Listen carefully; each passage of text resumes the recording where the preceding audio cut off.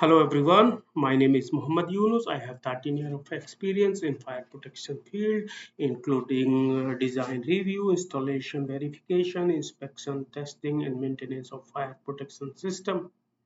I have a bachelor degree in electrical and electronics engineering from India, and I am currently pursuing my master degree.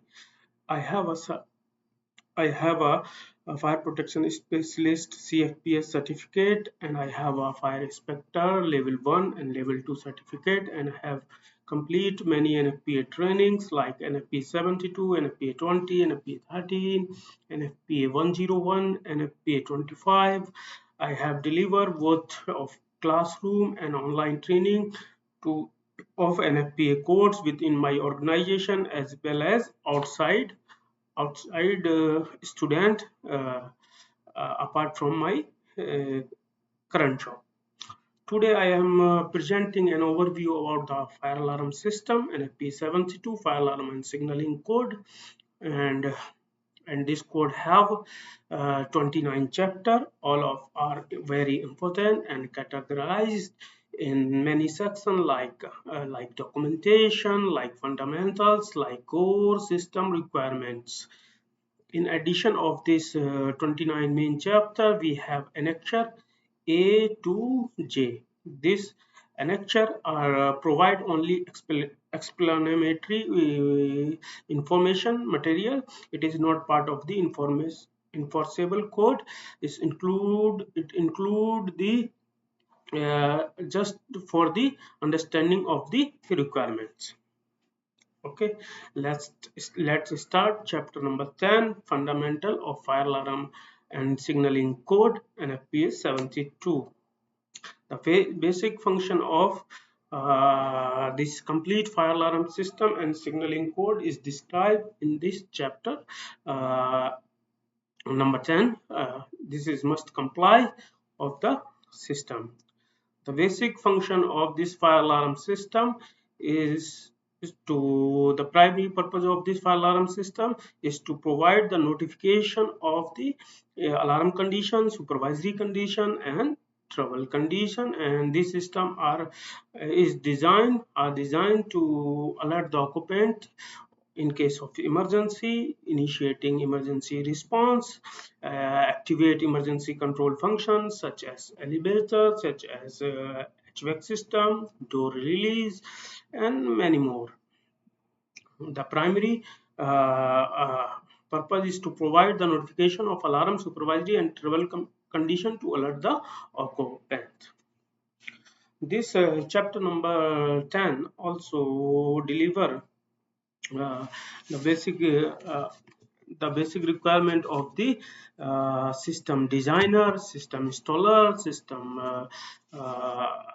programmer, system plan examiner, inspector, who do the service or inspection, testing, and maintenance of the system. All system designer, either installer, either programmer, either the service personnel should be approved from the AHJ, local authority having jurisdiction, and they have to submit their documentation if required by AHJ for any verification. And system personnel, system programmers, and service personnel should be certified from the manufacturer. For example, if we have any building who have a contract for inspection, testing, and maintenance, they have a notifier or simplex fire alarm system. So the personnel who is doing, the subcontractor or contractor who is doing the perform the inspection, testing, and maintenance, this personnel should be approved, should be have a manufacturing training from notifier or simplex panels. So they will perform his duty in very well conditions. Now we will move to the requirement of battery, requirement of the power supply. The power supply of this system is two type. This is first is primary power supply, and second is secondary power supply. The primary power supply, all power supplies should be installed as per the Nfpa 70 code requirement, and each power supply should have adequate capacity to perform his duty for this fire alarm applications. And the monitoring of the integrity of this power supply shall be according to this code or according to the data manufacturer data sheet. And battery shall be if there is a secondary power supply, the secondary power supply battery should be marked with the month and year of manufacture, so we know that when it will be installed or when it will be manufactured, and after a few years it should be removed and replaced with the new battery. And it is marked with a battery shall be insulated against the ground fault, shall be and shall be protected from the physical damage and against the corrosion, against the corrosion of the uh, this system. And the primary power supply and secondary power supply both are have a good adequate capacity, should be based on the code requirement and based on the system requirement. And how we will require the number of battery and the voltage and the current, I will describe you later. The primary power supply should be from utility, should be from the engine driven generator. Utility power, like in Saudi Arabia, the Saudi electricity companies provide the power across the kingdom of Saudi Arabia. So 99.99 cases in Saudi Arabia, we have the primary power supply from the Saudi electricity company.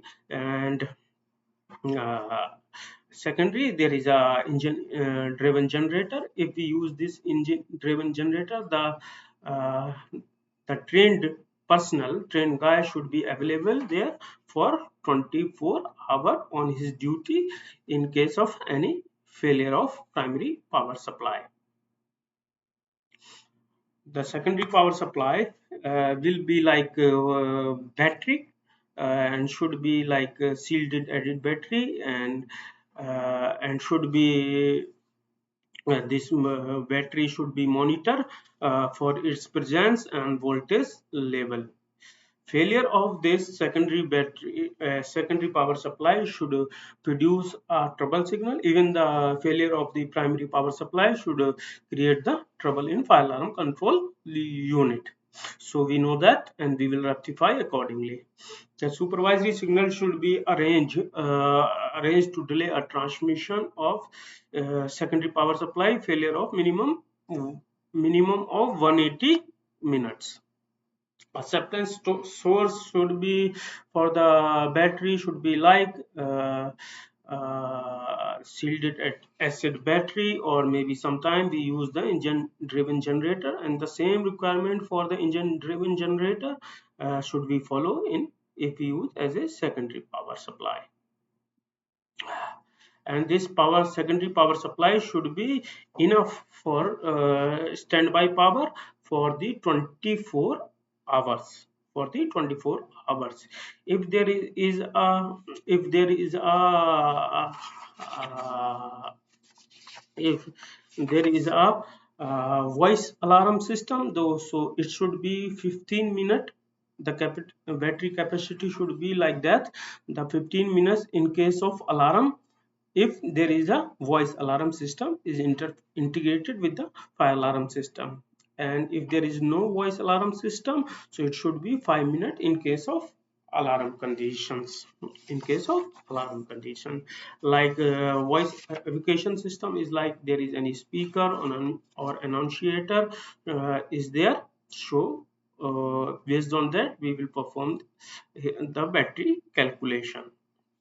And battery should be rechargeable type and must be charged when the primary power supply is available. The charger must be is like size of the charger is like that. They recharge the battery within 48 hour uh, when the subject of the load requirement of the system capacity is tested. The battery calculation methodology we used, for example, we have a fire alarm control unit, and we have a 10 smoke detector, we have a 10 notification device, we have a primary power supply next circuit. Based on that, there is a there is a two type of load. We called it standby load and alarm load. So standby load means when the system is working in normal condition and there is no alarm, so there is a delivery of the milliampere requirement of the of any devices. So we have to, based on the number of devices, we will calculate the standby mode current requirement and voltage requirement.